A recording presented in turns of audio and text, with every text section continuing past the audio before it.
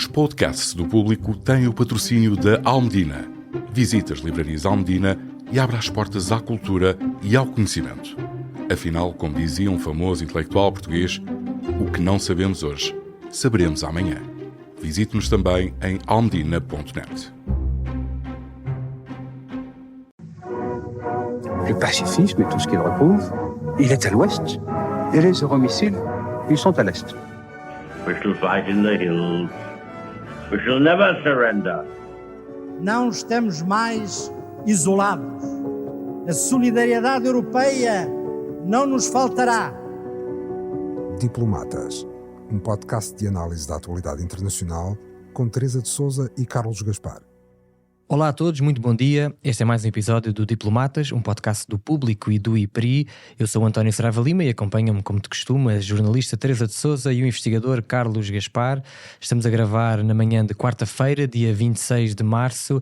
Tenho que começar por dizer que, infelizmente, nenhum dos elementos deste podcast foi adicionado por acidente a um chat com altas figuras do Estado para discutir operações militares fora de portas e, portanto, desse ponto de vista não temos nada de muito bombástico para vos revelar. Mas neste episódio vamos falar sobre uma série de políticas que estão a ser implementadas nos Estados Unidos e que já começam a afetar negativamente os cidadãos americanos, os imigrantes, as universidades, os órgãos de comunicação social, os tribunais, etc. Vamos também analisar a resposta ou a falta dela do Partido Democrata a estes primeiros meses da presidência Trump e, por fim, vamos olhar para a Turquia e para os protestos desencadeados pela detenção de uma das principais figuras da oposição ao presidente Erdogan. Começando pelo primeiro tema, nós aqui na Europa, e quando digo nós, falo da opinião pública em geral, temos estado naturalmente mais atentos ao debate sobre a alteração da estratégia dos Estados Unidos em relação ao apoio à Ucrânia, às relações com a Rússia e à segurança coletiva europeia, mas internamente a administração Trump tem aprovado uma série de medidas, no mínimo controversas, que já estão a fazer abanar alguns alicerces da democracia naquele país. Falamos de ameaças a juízes, de grupos de mídia afastados e de jornalistas escolhidos a dedo para acompanhar o presidente, dos cortes na ajuda humanitária, cortes em várias agências federais e no Departamento de Educação, que deverá ser mesmo encerrado nos próximos tempos, da censura de uma série de palavras em documentos oficiais ou académicos como diversidade, igualdade, discriminação, discurso de ódio, etc., de cortes no financiamento de universidades e da detenção e deportação de imigrantes, muitos deles em situação regular, com visto de residência, etc. Tudo isto tem sido feito em nome de uma suposta liberdade de expressão. Carlos, devemos estar surpreendidos com isto, ou trata-se precisamente da guerra que pessoas como J.D. Vance, o vice-presidente dos Estados Unidos, e outras figuras do culto MAGA prometeram fazer contra o que chamam de inimigo interno dos Estados Unidos? Exatamente, não temos nenhuma razão para estar surpreendidos, porque os principais representantes deste movimento nacionalista que tomou conta do Partido Republicano está a dizer-nos tudo aquilo que vai fazer. E, efetivamente, a referência que fez ao vice-presidente J.D. Vance é o melhor ponto de partida. O J.D. Vance disse nos Estados Unidos, mas também disse em Munique, quando veio à conferência na Alemanha para encontrar o partido AfD, um partido de extrema-direita alemão em plenas eleições. Ele veio dizer veio dizer aos europeus também que o inimigo interno é mais importante do que o inimigo externo. Portanto, combater os seus inimigos internos, não é? Exatamente. Isso tem um duplo significado. O primeiro é que, para os Estados Unidos, a política interna é mais importante do que a política externa.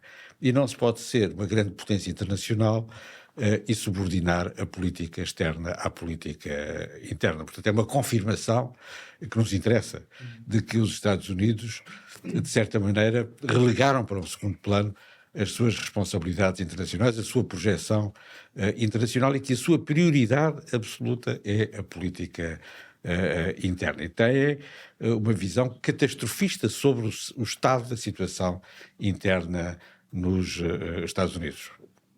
O presidente Trump já tinha essa visão catastrofista em 2016, quando no discurso de inauguração, no seu primeiro mandato, descreveu a situação interna nos Estados Unidos como uma carnificina. Desta vez não repetiu, mas a prioridade é combater o inimigo interno.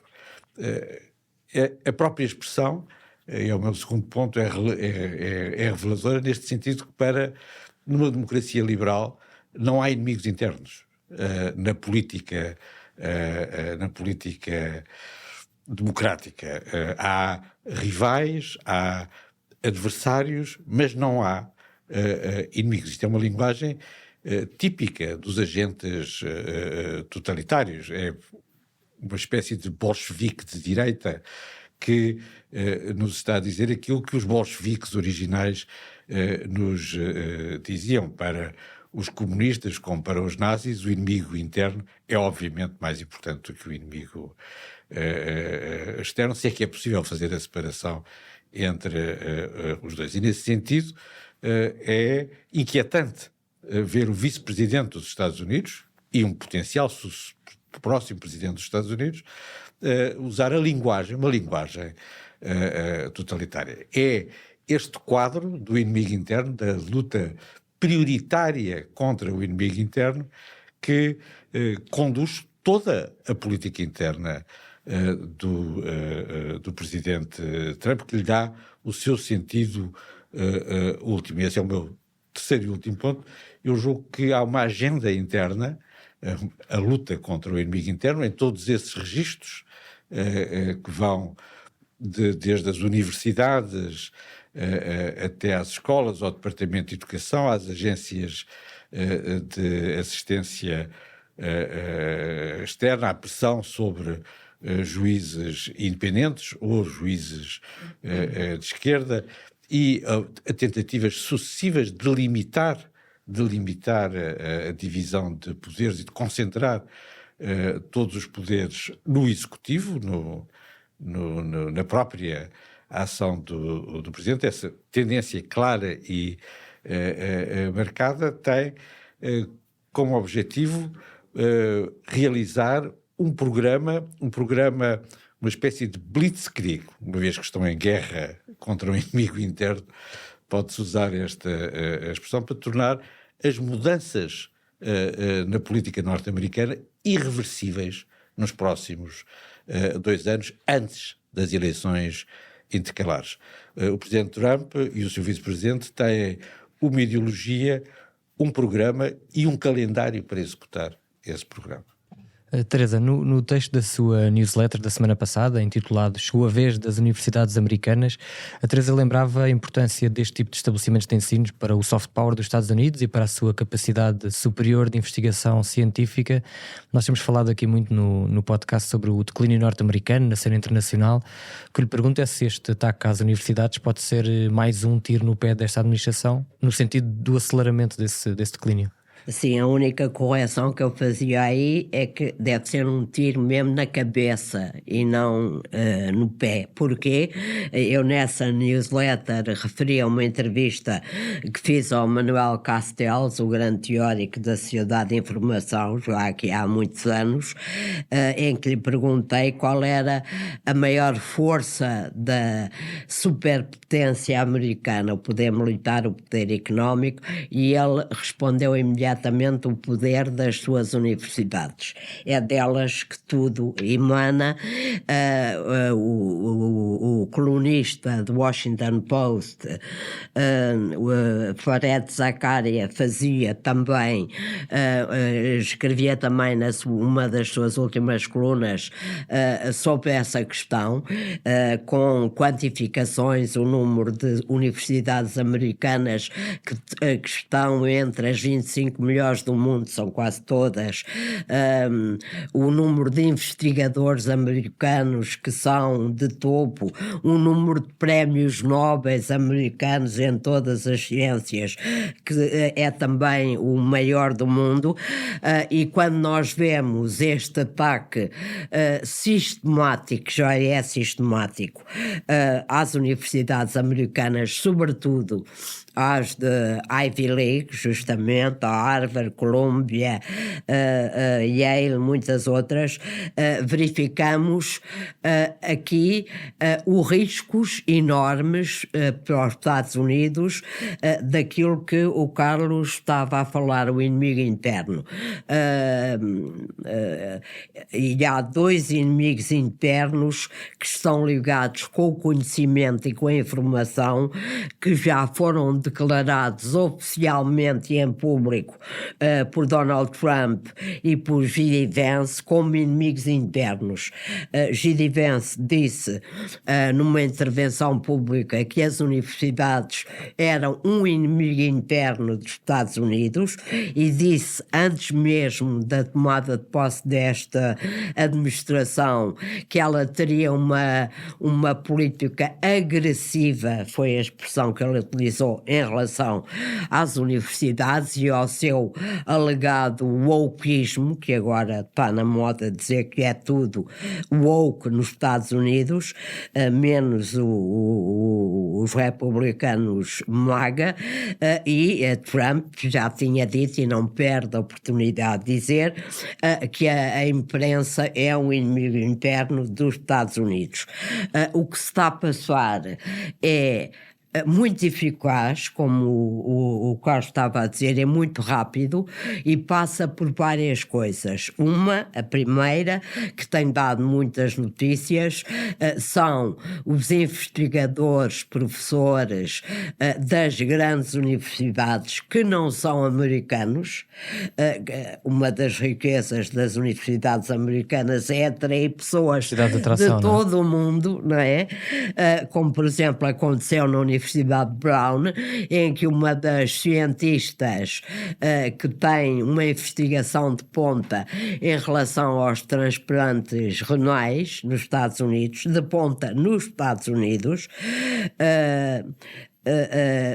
foi-lhe retirada a autorização de ensinar e está neste momento numa situação precária à espera que os tribunais decidam o futuro dela, porque foi à sua terra de origem, ao Líbano, ter um encontro familiar. Foi acusada imediatamente, quando chegou, de ser uma apoiante do Hezbollah, coisa que ela nega completamente, assumindo, no entanto, a sua religião, mas este é só um exemplo. Há imensos exemplos de estudantes de pós-doutoramento nas universidades que são travados, que têm visto para estudar nos Estados Unidos, que perdem o visto. Um deles, um caso também muito falado na imprensa norte-americana, era um aluno de pós-doutoramento de Yale, que era indiano.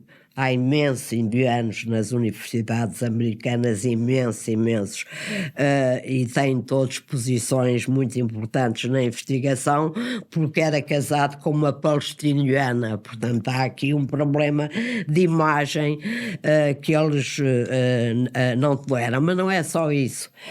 Tem havido cortes imensos à investigação, não só ao funcionamento das universidades normal, mas aos programas de investigação. Só a Universidade de Columbia, em Nova Iorque, que é uma das primeiras visadas neste ataque às universidades por causa das manifestações contra Israel e a favor da Palestina, que houve ainda na administração anterior. Só a Columbia foram cortados 400 milhões de dólares em programas de investigação. É dinheiro.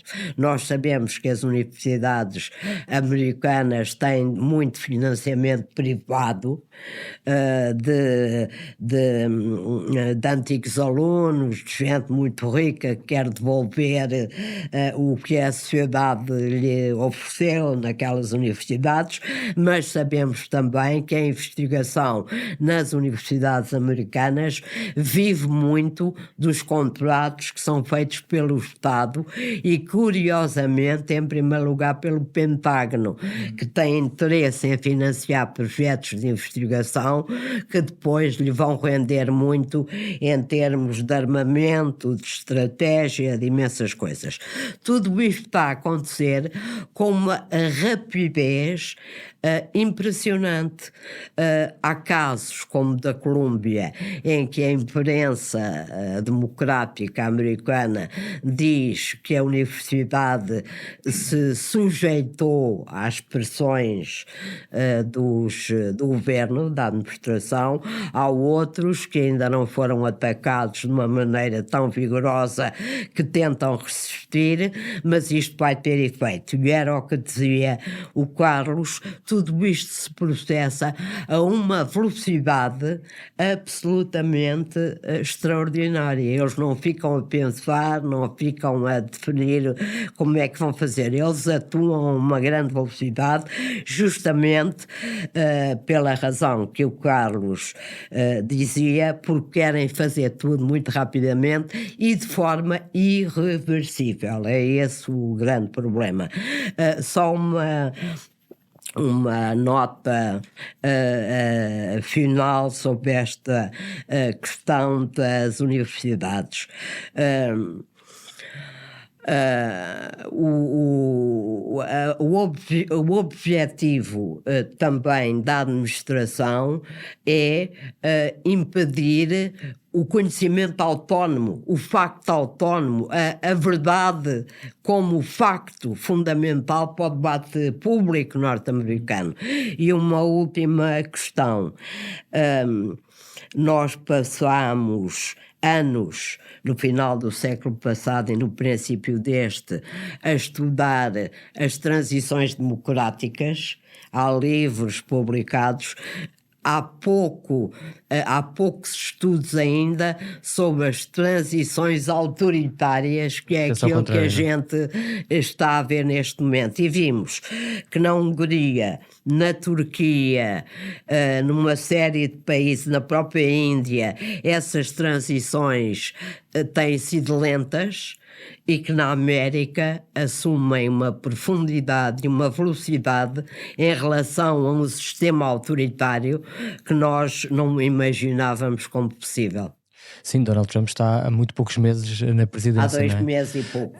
Carlos, é certo que muitas destas medidas, destas políticas parecem ser atos de vingança contra os críticos de Trump, mas num cenário de possíveis dificuldades económicas para a população americana, fruto também das políticas protecionistas do governo, acha que isto pode ser uma tentativa de manter um certo controle da narrativa por parte da administração? Naquela lógica muito, muito populista e seguida por muitos partidos de extrema-direita europeus, incluindo aqui em Portugal, de que é preciso antes de tudo fazer uma limpeza, a chamada limpeza das elites, isto entre aspas, obviamente. No fundo a minha pergunta é se isto ganha votos.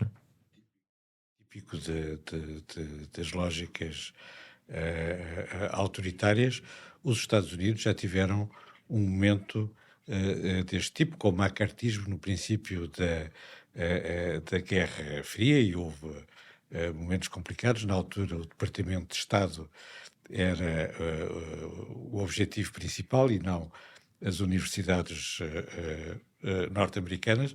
Tratava-se com certeza de neutralizar inimigos internos, mas o macartismo foi um momento, retrospectivamente, muito intenso, mas relativamente breve. É verdade que se tratava de um movimento iniciado no Congresso por um senador, e é diferente ser um presidente e um vice-presidente, e que tem atrás de si, pelo menos durante os próximos 2 anos, um partido unido. Mas não quer dizer que as coisas corram necessariamente como o presidente Trump e o seu vice-presidente querem. Eu julgo que aqui o que é mais impressionante é a dimensão ideológica. Hoje em dia já não se fala de dimensão ideológica, fala-se narrativa, que é uma coisa mais chique, mais woke, não é? Mas aqui há uma dimensão ideológica.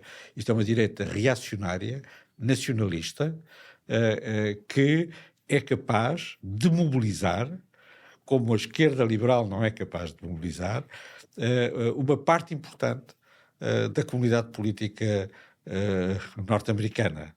Este populismo nacionalista tem um eco muito forte e, nesse sentido, a menos que a parte da economia corra muito mal, é difícil nos Estados Unidos a parte da economia correr muito mal, a menos que haja uma grande recessão, como nos anos 20 do século passado, a menos que corra muito mal, há aqui uma retaguarda, como houve no primeiro mandato do Presidente Trump. Havia uma parte fixa, 40% dos eleitores, uma parte muito significativa da comunidade política, que estava com aquela linha nacionalista, populista, reacionária, que esteve sempre ali contra as elites. É um tema que nunca falha, desde a Renascença italiana, nunca falha mobilizar, ou do Império Romano, nós contra eles, nunca falha mobilizar as massas contra as elites.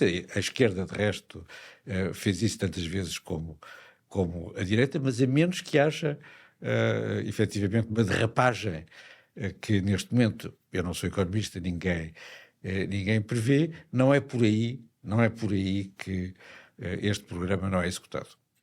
Antes de passar aqui à Teresa para lhe perguntar sobre o Partido Democrata, eu não podia deixar de perguntar ao Carlos, lhe pedir um comentário muito rápido ao episódio, por um lado caricato, por outro altamente comprometedor para a segurança dos Estados Unidos, relativo à inclusão por engano de um jornalista da revista Atlantic no chat, com personalidades como Marco Rubio, Pete Hegseth, Tulsi Gabbard, Mike Waltz ou J.D. Vance, onde se discutiram planos de guerra contra os Houthis no Iêmen. Não é claro na transcrição que não são os seus representantes no Conselho. Aquilo é uma reunião do Conselho de Segurança Nacional e muitas vezes no Conselho de Segurança Nacional não estão os próprios, estão os seus representantes, não é sempre claro nesse sentido. Eu tenho uma análise um pouco marginal daquilo que se passou e temo que o diretor da Atlantic, o Jeffrey Goldberg, tenha sido manipulado e que aquilo seja uma fuga preparada e não um acidente que põe em causa, de resto, o Conselheiro de Segurança Nacional. E a única coisa que é verdadeiramente nova na transcrição, que nós fomos supostos ter acesso, é que quem decide não é o vice-presidente, não é o secretário da Defesa, não é o Conselheiro de Segurança Nacional. Quem decide é o chefe de gabinete do presidente Donald Trump. O chefe de gabinete, Stephen Miller. Esse é o subchefe. Sim, é o verdadeiro chefe. É o homem que tem a chave do tal programa estratégico, que o fez e que o está a executar, e é ele que diz que é assim mesmo, que se vai lançar aquela operação, e quando ele fala, os outros deixam de falar. Teresa, eu faço-lhe a pergunta que muita gente anda a fazer, principalmente deste lado do Atlântico, que é onde é que está o Partido Democrata, porque há quem defenda, inclusivamente figuras importantes como James Carville, antigo estratega das campanhas de Bill Clinton e de John Kerry, que o partido só tem um caminho: fazer-se de morto, permitir que o Partido Republicano cometa os erros todos e esperar que os americanos tenham saudades dos democratas. A pergunta é se isto é viável. Não me parece viável, e tudo aquilo que a gente disse até agora neste programa prova que isso é pelo menos uma estratégia muito arriscada, porque quando o povo para além americano, de ser contra a natura, não é? E é contra a natura, evidentemente. A situação dos democratas é verdadeiramente aflitiva. Eu vi uma última sondagem, creio que no Washington Post, sobre sobre a apreciação dos americanos em relação ao Partido Democrata e ao seu comportamento, e ela era a mais baixa desde que se faz esta pergunta aos americanos, desde 1990, e era de 29%. É um número verdadeiramente assustador, que quer dizer que para a maioria das pessoas o Partido Democrata nem existe na cena política atual dos Estados Unidos. Evidentemente que há algumas razões abonatórias em relação a esta situação dramática. Por exemplo, o facto de o Partido Republicano dominar as duas câmaras do Congresso e, portanto, ter aí um bloqueio para uma série de medidas. O Partido Democrata alega também que já apresentou 125 processos judiciais contra medidas tomadas pela administração, o que conseguiu, pelo menos em 40 desses processos, travar essas medidas. Como temos visto até agora, só mesmo o Poder Judicial tem travado algumas das medidas mais provocatórias e radicais tomadas, nomeadamente por Elon Musk, mas a verdade é que a situação do Partido Democrata é, neste momento, extremamente difícil. As únicas pessoas que, para quem acompanha a comunicação social nos Estados Unidos, lutam diariamente na medida das suas possibilidades, a nível nacional, digamos assim, a nível de Estados, não há essa avaliação, é mais difícil. São os dois congressistas, um senador e uma representante da ala mais radical do Partido Democrata, Bernie Sanders, o velho Bernie Sanders, que não para, está a fazer um périplo por toda a América, chamado Contra os Oligarcas, e Alexandra Ocasio-Cortez, que é congressista por Nova Iorque e que também, mesmo no Congresso, na Câmara de Representantes, tem uma presença muito efetiva, e o antigo secretário dos Transportes, Joe Biden, que foi candidato às presidenciais quando Biden ganhou em 2020, que é o Pete Buttigieg, que só tem uma presença muito marcante porque é um grande comunicador. Compraram-no, aliás, ao Clinton, que era o maior comunicador de todos os tempos, e portanto é muito solicitado nas televisões e está sempre a aparecer. De resto, não se vê nada. Porquê? Porque o partido ainda não percebeu, ainda não digeriu a derrota do ano passado, novembro do ano passado. Há uma luta interna enorme sobre as razões dessa derrota. Uns tentam atribuí-la erradamente, na minha opinião, a Joe Biden, outros a Kamala Harris, mas não vão ao fundo das questões, porque ainda não se sabe quem é que vai prevalecer, se a ala mais liberal, no sentido americano, portanto, mais à esquerda do Partido Democrata, se a sua ala centrista, e, sobretudo, o que é impressionante, e aí Bernie Sanders tem essa sensação, talvez por ser um velho senador, sobretudo o Partido Democrata não encontra uma narrativa, para falar aqui na expressão woke do Carlos, que tenha a ver com a realidade atual. Fala ainda das velhas questões da elite elite democrata, muito focadas nas questões identitárias, nas questões que são absolutamente legítimas e importantes, do racismo, da luta contra as mulheres, da homossexualidade, dos gays. O Bernie Sanders é à esquerda do Francisco Louçã. Eu sei. A senadora de Nova Iorque é à esquerda da Mariana O problema, Montague. Vão a lado nenhum. Não vão a lado nenhum, mas são... construir o Partido Democrata. São os que... destruir o Partido. Exato, acabar podem, de destruir sim, o Partido Democrata. Mas são aqueles que aparecem nos mídia, que não se calam, que trabalham, que fazem. Evidentemente, era o que nós pensávamos de Bernie Sanders antes, exatamente. São os melhores adversários, inimigos internos da direita reacionária. Aqui a grande dúvida sobre... Só que o lado centrista do Partido Democrata não se manifesta, não sabe o que é que há de fazer, não tem narrativa. Deixa-me dizer uma coisa em relação a isso. A grande dúvida sobre essa estratégia de fazerem-se de mortos, até podemos pensar que estrategicamente faz sentido, mas com aquilo que temos estado a falar desde o início deste podcast, a velocidade com que as coisas estão a mudar, os Estados Unidos nas próximas midterms em 2026 já podem ser um país diferente, não é? Podem ser um país diferente, devem ser um país diferente, e não estou a ver que um Partido Democrata que neste momento tem 29%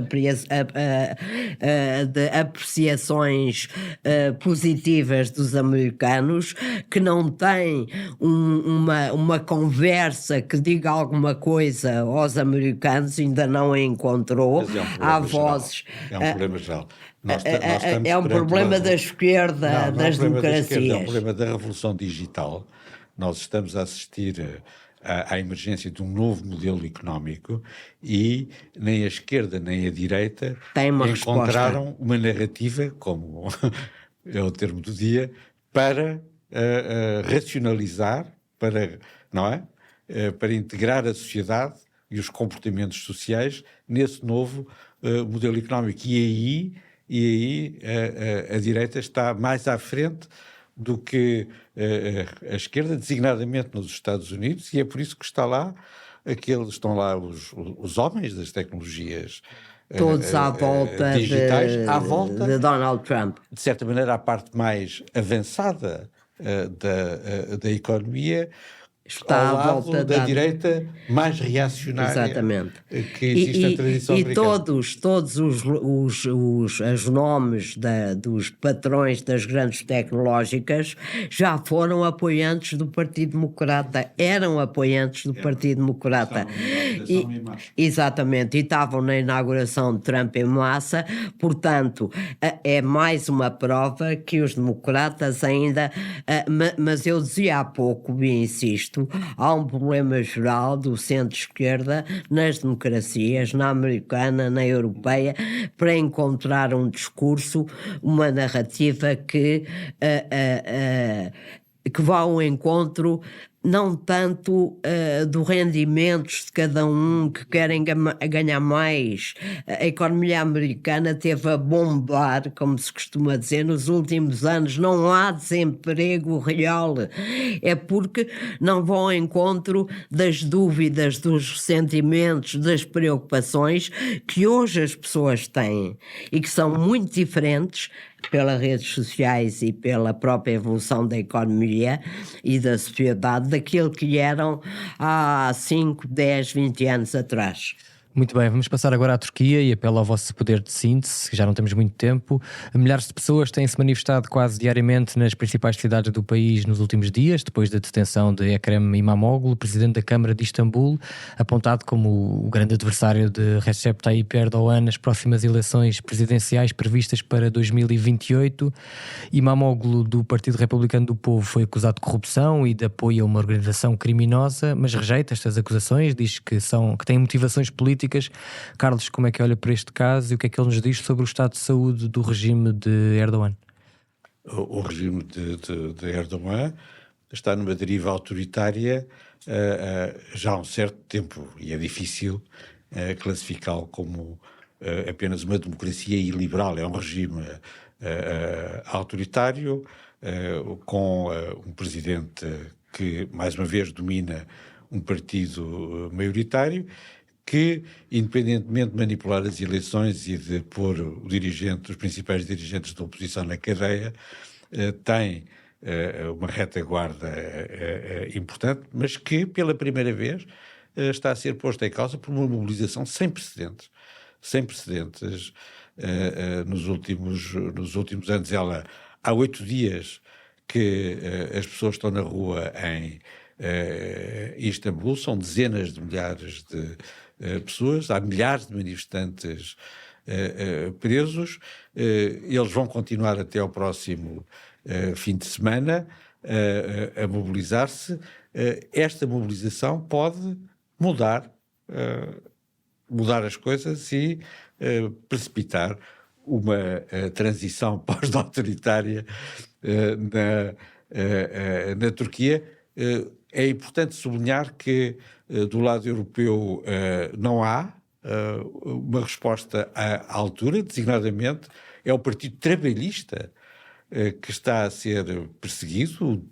O mayor, o Presidente da Câmara de Istambul, é um dos principais dirigentes do Partido Trabalhista turco, e nós ainda não vimos o Labour Party e os partidos socialistas, incluindo o Partido Socialista Português, que ainda deve ter uma ideia de que a Turquia existe, mobilizarem-se para sustentar, a partir da Europa, as forças que, apesar de tudo, defendem o fim de um regime islâmico que afastou a Turquia da sua linha de convergência com a União Europeia e a NATO.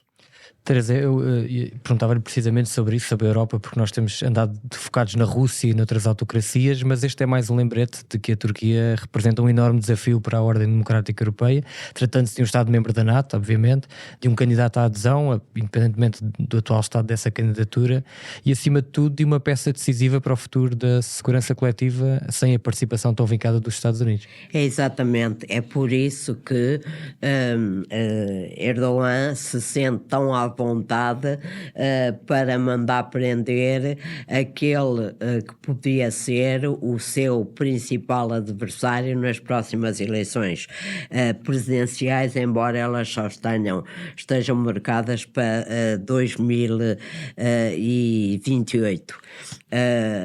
Erdogan tem ganho sempre as eleições que não são, há eleições, mas não são completamente justas. Obviamente, quando há jornalistas na cadeia e opositores na cadeia, nunca são justas, mas mesmo assim Erdogan tem ganho por margens muito pequenas, 52, 53, não são vitórias ainda a Putin, digamos assim. Também há aquele desfazamento entre o voto nas grandes cidades e o voto depois no interior. Exatamente. Istambul é o centro principal das elites turcas e o seu principal centro económico, daí o facto de Erdogan não engolir o facto do seu mayor, do seu presidente da Câmara, ser um homem muito popular. Uma das razões porque ele atuou agora foi justamente porque ele ia apresentar a sua candidatura presidencial 2 ou 3 dias depois e ele quis impedir isso, mas evidentemente ele conta com o beneplácito europeu no momento em que a Turquia não pode, mas conta com isso no momento em que a Turquia precisa para a segurança europeia, para a Ucrânia, etc. O percurso em relação à União Europeia, o percurso de Erdogan é muito interessante. Quando ele ganhou em 2002, foi muito saudado na Europa porque ele tinha um programa político razoavelmente democrático e de oposição à tutela militar da democracia turca, que sempre houve desde Atatürk, e a Europa saudou a sua eleição, deu-lhe alguma esperança em relação a uma hipotética adesão. Era o grande objetivo de Erdogan nessa altura, incluir-se no mundo ocidental de uma maneira definitiva, não só pela NATO, mas também pela União Europeia, Europeia, quando Erdogan fez algumas reformas democráticas na Turquia, quando Erdogan percebeu que nunca seria membro da União Europeia,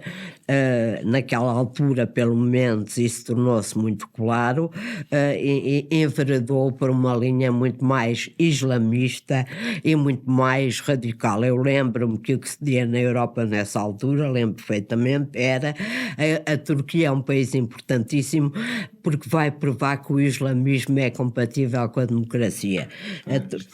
A Turquia provou que isso pode ser verdade, mas não vai acontecer na Turquia, e hoje tem uma política externa, uma atuação internacional e interna que a afasta completamente da União Europeia. Agora, aproveitou o momento em que a Europa precisa dele para fazer aquilo que fez em relação ao seu principal opositor, e não sabemos o que fará, entretanto, o processo de transição para a autocracia na Turquia é sinuoso e leva já 23 anos, mas eu creio que vai sofrer agora uma aceleração muito preocupante. Meus caros, chegamos ao fim do nosso tempo. Muito obrigado aos dois pela conversa e pela companhia, e obrigado, claro, a quem nos ouve. Por favor, avaliem, subscrevam, recomendem e comentem o podcast Diplomatas. Nós voltamos para a próxima semana com mais um episódio sobre a atualidade política internacional. Até lá. O podcast Diplomatas é uma parceria Público-IPRI, Instituto Português de Relações Internacionais.